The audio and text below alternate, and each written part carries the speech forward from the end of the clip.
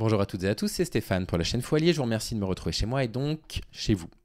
Vous l'avez vu, on va parler de l'affaire Mbappé. Vous êtes assez nombreux, et je comprends tout à fait pourquoi, à m'avoir demandé sur les réseaux sociaux pourquoi je ne m'étais pas encore exprimé là-dessus. Il m'arrive quand même d'être un peu plus prompt et un petit peu plus rapide pour traiter de ces sujets-là, parce que ce sont des sujets importants. Je n'en ai pas parlé pour deux raisons. La première des raisons, c'était de me dire, en fait, si c'est simplement pour en parler comme un énième fait divers d'une personnalité connue qui a commis une agression sexuelle, ça n'a pas trop d'intérêt, si ce n'est faire du clic, et c'est pas particulièrement ce qui m'intéresse. Ce qui m'intéresse, c'est pas de juste vous dire « Oh là là, regardez, c'est un scandale » et d'aller titiller du coup vos émotions. Ce qui m'intéresse à chaque fois, c'est qu'on puisse réfléchir, c'est qu'on puisse trouver un angle qu'on n'a pas forcément abordé ou pas énormément abordé par le passé pour pouvoir réfléchir sur la question. Et la deuxième des choses, c'est que cette affaire, elle est étrange pour l'instant. Pour l'instant, on ne sait pas grand-chose de ce qui s'est passé. Donc, un rappel des faits. Vous avez d'abord un journal suédois qui est plutôt un journal de ragot, plutôt un journal à la publique, à la closer, qui a carrément annoncé qu'il y avait une plainte pour viol contre Kylian Mbappé. Le clan Mbappé, sa famille, qui est extrêmement protectrice, qui gère la totalité de la communication de Kylian Mbappé, a commencé à expliquer que c'était complètement faux, et Kylian Mbappé a simplement posté qu'il s'agissait d'une fake news. Il y a des journalistes de l'AFP qui se sont posé des questions à ce moment-là, qui se sont dit « Bon, eh ben on va appeler nos homologues en Suède, on va appeler les services juridiques en Suède, on va appeler les commissariats, on va appeler les journalistes pour essayer de savoir un petit peu ce qu'il en est. » Et ce qu'il en était, donc ça c'était le premier jour, hein, où on a pris cette éventuelle affaire, c'est qu'en fait le nom de Mbappé ne figurait a priori nulle part. Et donc il était tout à fait possible qu'un journal suédois se soit largement emballé. Les faits reprochés se sont déroulés en Suède où séjournait Mbappé, et donc on a tout de suite fait le rapprochement, on s'est tout de suite dit, et ben en fait, peut-être que cette femme a porté plainte pour un viol qui a eu lieu, et peut-être que des journalistes sont allés un petit peu vite en besogne, et ont déclaré que c'était Mbappé parce qu'il était présent à ce moment-là et qu'il voulait faire du papier. Et après tout, vous pouvez vous couvrir de diffamation en parlant au conditionnel à chaque fois. Ça, c'était le premier jour. Ce truc-là, quand je l'ai reçu, la première des choses que je me suis dit, c'est pas déconnant. C'est pas déconnant, non pas parce que je pense que Mbappé est un agresseur, lui, plutôt qu'un autre, c'est pas du tout ce que je pense, mais simplement parce que, et c'est sous cet angle-là qu'il faut réfléchir à cette affaire-là, on a le cocktail absolument parfait. On y pense, on oublie Kylian Mbappé. Kylian Mbappé est peut-être complètement innocent dans cette histoire, d'accord, hein, je préfère le dire maintenant. Je n'accuse absolument pas Mbappé de quoi que ce soit, je ne l'accuse de rien du tout. Maintenant, que nous ont appris les théoristes féministes? Qu'est-ce qu'elles nous ont appris, en particulier les féministes de la première vague et un petit peu les féministes de la deuxième vague? Elles nous ont appris que le viol était avant tout une question de rapport de domination, que pour violer, il faut un rapport de domination qui se transforme en un rapport de violence, de contrôle, hein, comme vous préférez, qui va s'exercer de la part de la personne qui a le contrôle sur une personne qui n'en a pas.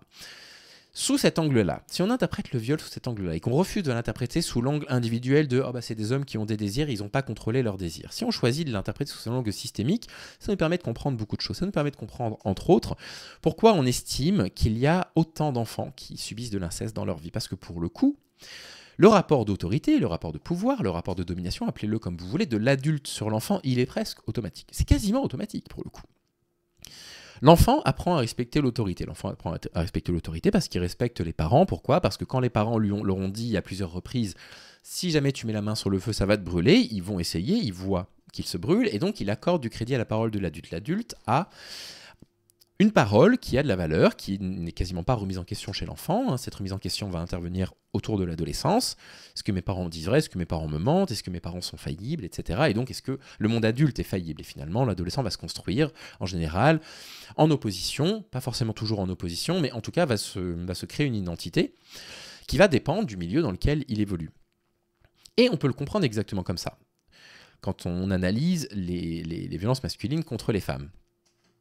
Quand on s'intéresse à ces questions-là, on s'aperçoit de quoi? On s'aperçoit que la majorité des violences, elles sont dans un cadre relationnel. Dans le cadre relationnel, on sait très bien que quand il y a un conflit, le principe du conflit, le conflit est une situation qui peut générer de la violence. Il y a deux façons de voir un conflit évoluer. Soit dans le conflit, les deux personnes se considèrent mutuellement comme des êtres humains, et dans ce cas-là, le conflit est parfaitement normal, il est même sain, il est même nécessaire parfois pour avancer. Ou alors, il y a une objectification de l'autre. Donc, l'objectification de l'autre, hein, c'est comme ça que la justice perçoit la violence. Quand vous commettez un acte de violence, vous avez considéré l'autre comme un objet. Un objet. Vous ne l'avez plus considéré comme une personne. Et à partir de ce moment-là, le conflit rentre dans une situation de violence. Et cette violence-là, Évidemment qu'elle est inégale. Le rapport de violence qui peut exister entre un homme et une femme est inégal. Premièrement, de par la constitution physique, on va dire physiologique des corps, des hommes et des femmes cis, bien évidemment. À savoir que les hommes cis sont en majorité légèrement plus grands que les femmes cis, ont une masse musculaire légèrement plus développée, une force musculaire légèrement plus forte, etc. Donc il y a évidemment, dans un rapport qui sera un rapport de violence entre un homme et une femme, une inégalité de ce côté-là. Et puis il y a toute une autre série d'inégalités, bien évidemment. Les hommes gagnent en moyenne beaucoup plus d'argent que les femmes, 24% de plus que les femmes, à poste égal 6%. Donc il y a un rapport évidemment inégalitaire en termes d'apport financier. Il y a un rapport inégalitaire qui peut renforcer du coup ces inégalités en termes de revenus. À partir du moment où il y avait un enfant qui arrive dans le foyer, les femmes s'appauvrissent quand un enfant arrive dans le foyer, et les hommes créent du capital, c'est quelque chose qu'on connaît bien. Vous pourrez relire Céline Bessières et Sybille Golac, le genre du capital, qui l'explique parfaitement bien. Et donc, il y a un rapport d'inégalité très fort. Ce rapport d'inégalité, dans le cadre d'un conflit, si l'homme objective sa femme, peut se transformer en violence, qui est une violence qui est quasiment unilatérale dans ce cas-là, qui est de la personne en situation de domination, l'homme, sur la personne en situation dominée, la femme. Si on comprend les rapports de violence de cette façon-là, comme étant des rapports d'inégalité, donc des rapports de conflit qui dégénèrent en violence et qui vont être systématiquement en faveur de la personne en situation de domination, on comprend aussi beaucoup mieux pourquoi il y a un risque de subir une agression sexuelle d'une personne détentrice d'une autorité. Ça n'est pas surprenant de retrouver dans les professions qui agressent ou qui violent le plus les policiers, les pompiers, les médecins, et par extension les kinés, les ostéopathes, etc. Dans les rapports de pédocriminalité, on s'aperçoit que ce sont souvent des chefs scouts, des personnalités connues à l'église par exemple, un oncle, donc quelqu'un détenteur de l'autorité également, un enseignant, etc. Tout ça confirme cette vision qu'on a de la compréhension systématique des rapports de violence entre les hommes et les femmes. Ça veut dire quoi? Ça veut dire que si vous vous retrouvez dans une situation dans laquelle vous êtes en large situation de domination, si vous objectifez la personne, vous commettez de la violence. Et donc, la première fois que j'ai lu cet article-là, je me suis dit, bon, pour l'instant, il n'y a rien, très sincèrement, il n'y a rien, il y a une rumeur. Ça n'est qu'une rumeur, Kylian Mbappé, de toute façon, est innocent jusqu'à preuve du contraire. Mais elle est crédible, cette rumeur. Elle est crédible parce que c'est une rumeur qui accuse une femme qui n'est pas une personnalité connue.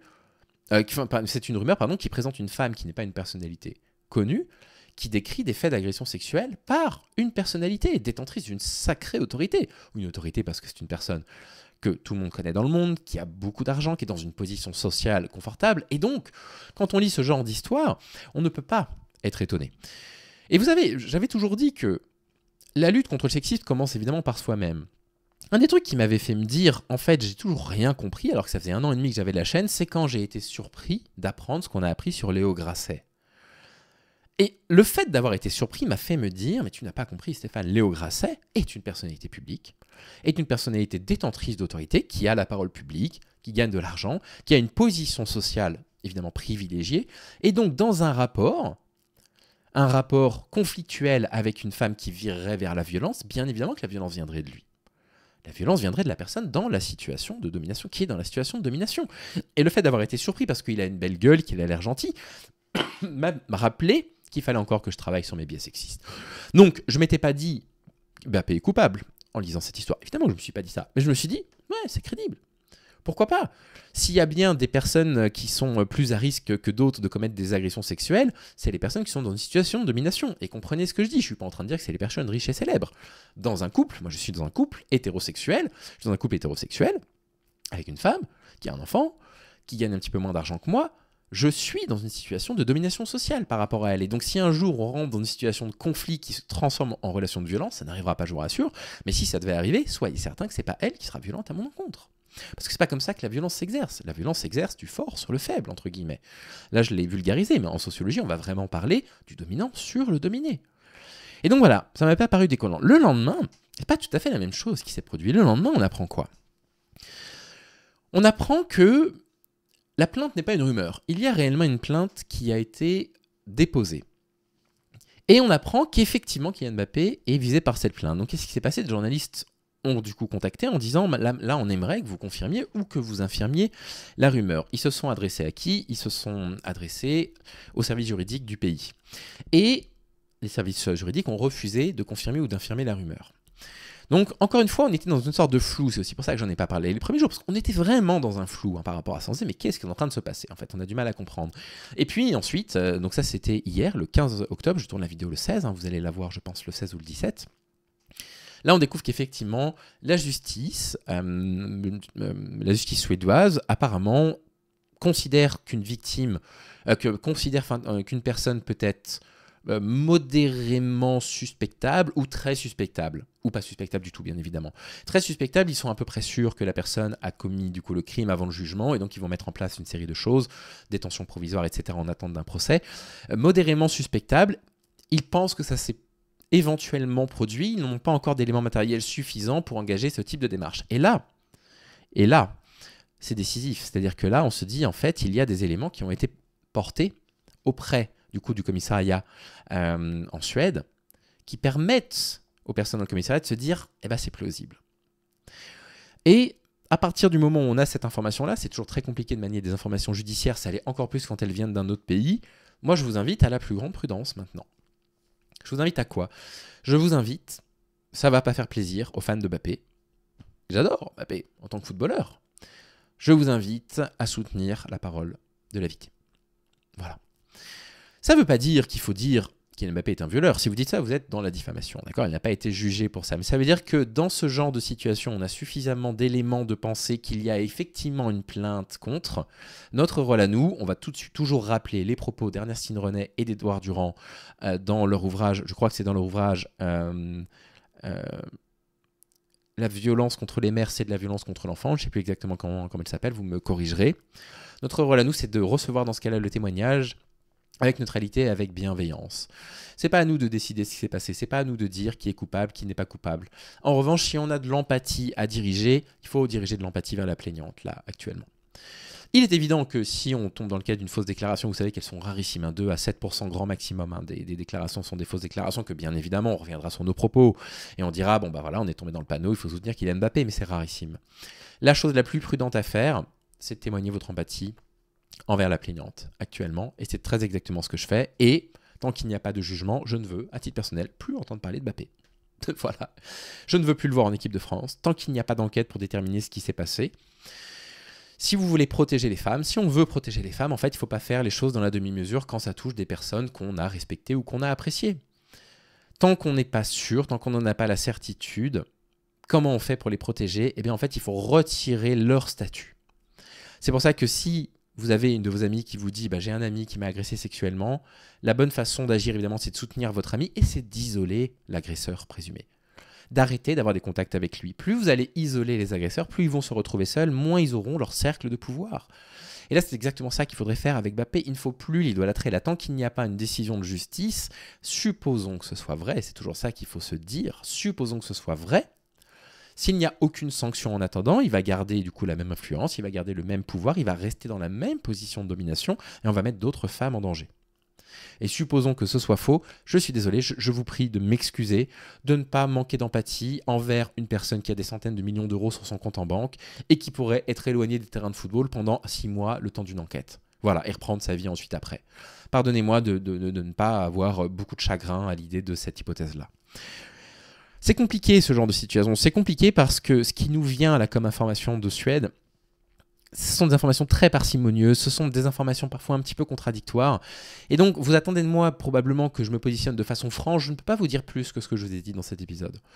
Je vous ai expliqué pourquoi je pense qu'on peut apporter beaucoup de crédit en fait à ce témoignage-là. Ça ne veut pas dire que je pense que Mbappé est coupable, je n'en sais rien, j'étais pas là, c'est pas du tout ce que je dis. Je suis pas en train de dire il est coupable de ça et c'est un violeur, je suis pas en train de dire ça.